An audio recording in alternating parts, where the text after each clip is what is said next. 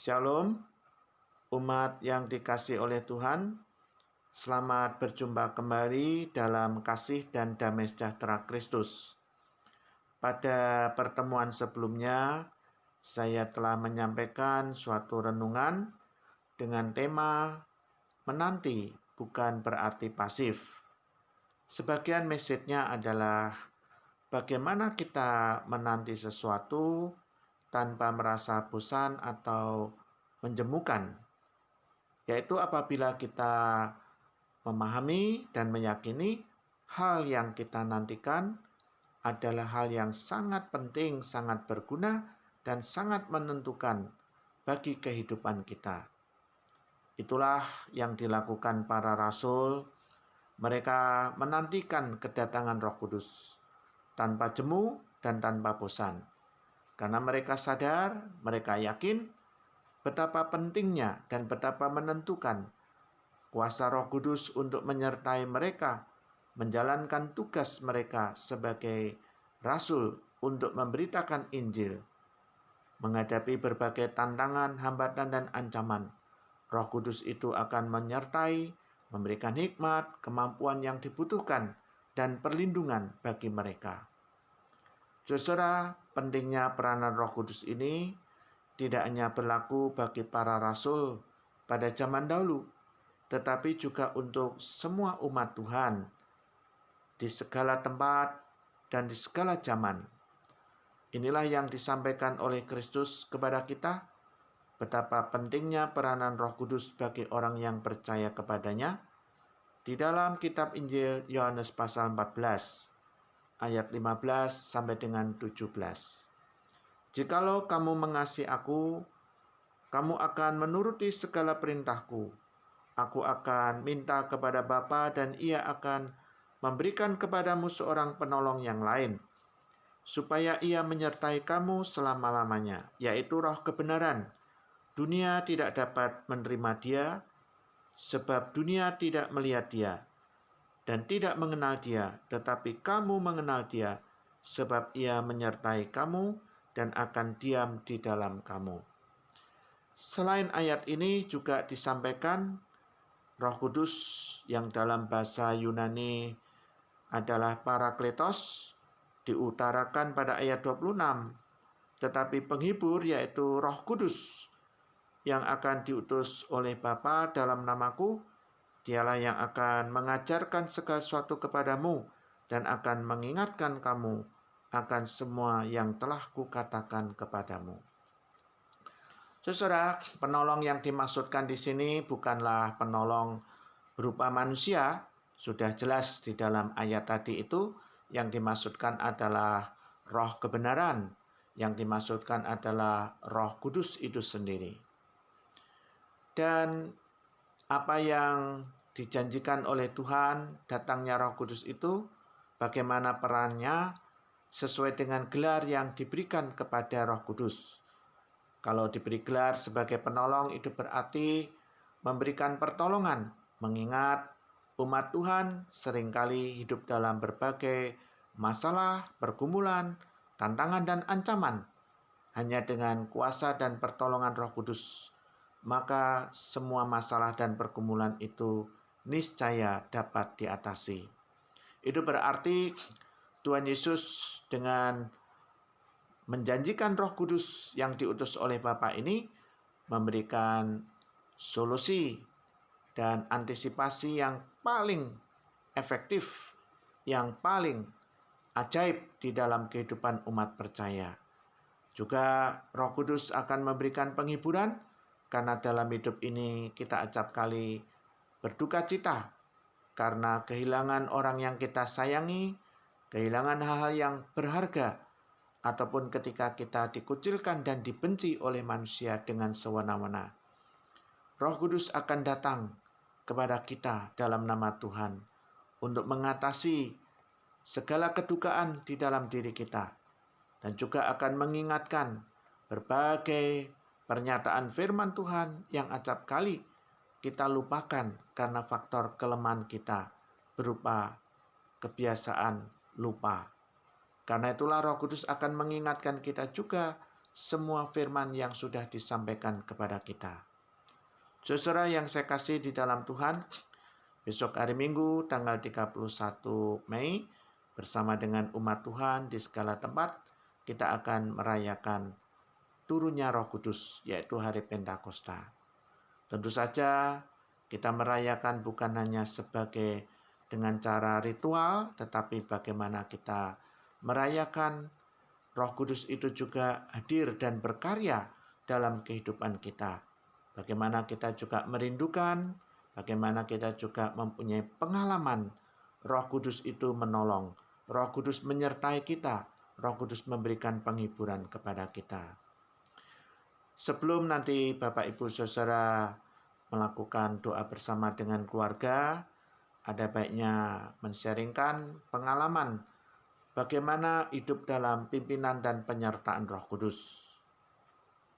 Kemudian yang berikutnya, bagaimana kita sebagai orang percaya itu selalu peka dan selalu menyadari Roh Kudus itu sesungguhnya tidak jauh, tetapi hadir dalam hidup kita. Hadir di dalam iman percaya kita, di dalam pergumulan dan masalah-masalah yang kita hadapi. Supaya dengan kuasa Roh Kudus itu, kita juga dimampukan untuk tetap berdiri teguh dalam iman dan pengharapan kepada Kristus. Saudara yang saya kasih, mari kita menaikkan doa bersama-sama. Terima kasih ya Tuhan yang sudah mengutus Roh Kudus dan sudah terjadi Roh Kudus datang pada hari Pentakosta, yang mana besok tanggal 31 Mei kami hendak merayakannya bersama dengan umat-Mu dengan ungkapan syukur dan juga merayakan dengan hati yang rindu yang tetap membutuhkan Roh Kudus hadir di dalam kehidupan saat ini yang dilanda oleh wabah atau pandemi virus corona. Kiranya Roh Kudus senantiasa memberikan pertolongan kepada semua hamba-hamba-Mu di dalam pemberitaan firman dan Injil Kristus, baik dengan memberikan ide dan inspirasi yang dibutuhkan, juga kelancaran dan pimpinan, juga wibawa atau kuasa ilahi, sehingga benih firman Tuhan itu jatuh di tanah yang baik, bertumbuh dan berbuah lebat di hati kami. Ya Roh Kudus, hadirlah, bekerjalah di dalam kehidupan umat-Mu dimanapun berada, karena kami sangat membutuhkannya, karena kami manusia yang penuh lemah, penuh dengan berbagai masalah dan pergumulan. Demi kasih Yesus Kristus Tuhan kami berdoa dan mengucap syukur. Amin. Saudara, perkenankan saya mengakhiri renungan ini dengan menyanyikan sebuah lagu terkait dengan tema, yaitu peranan Roh Kudus bagi kehidupan orang percaya. Dalam badai hidupku, Yesusku pegang teguh, walau imanku lemah, ku bersandar padanya. Yesuslah harapanku, tiap saat hidupku, apa jua menerpa, ku bersandar padanya.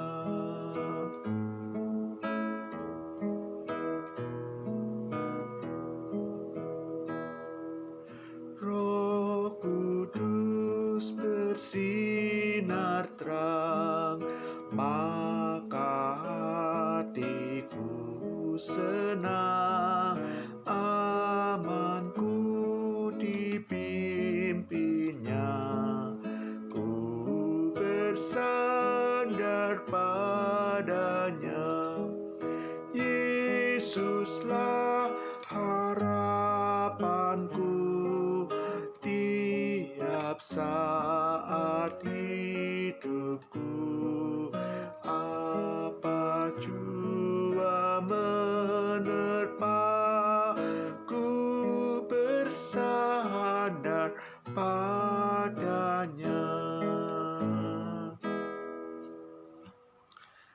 Selamat hidup senantiasa dalam pimpinan dan pertolongan Roh Kudus, maka kita akan selalu kuat dan menjadi umat pemenang. Amin.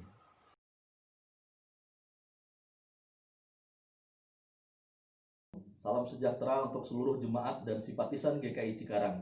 Kiranya kita semua diberkati sehat, umur panjang, dan sejahtera di dalam kasih penyertaan tangan Tuhan.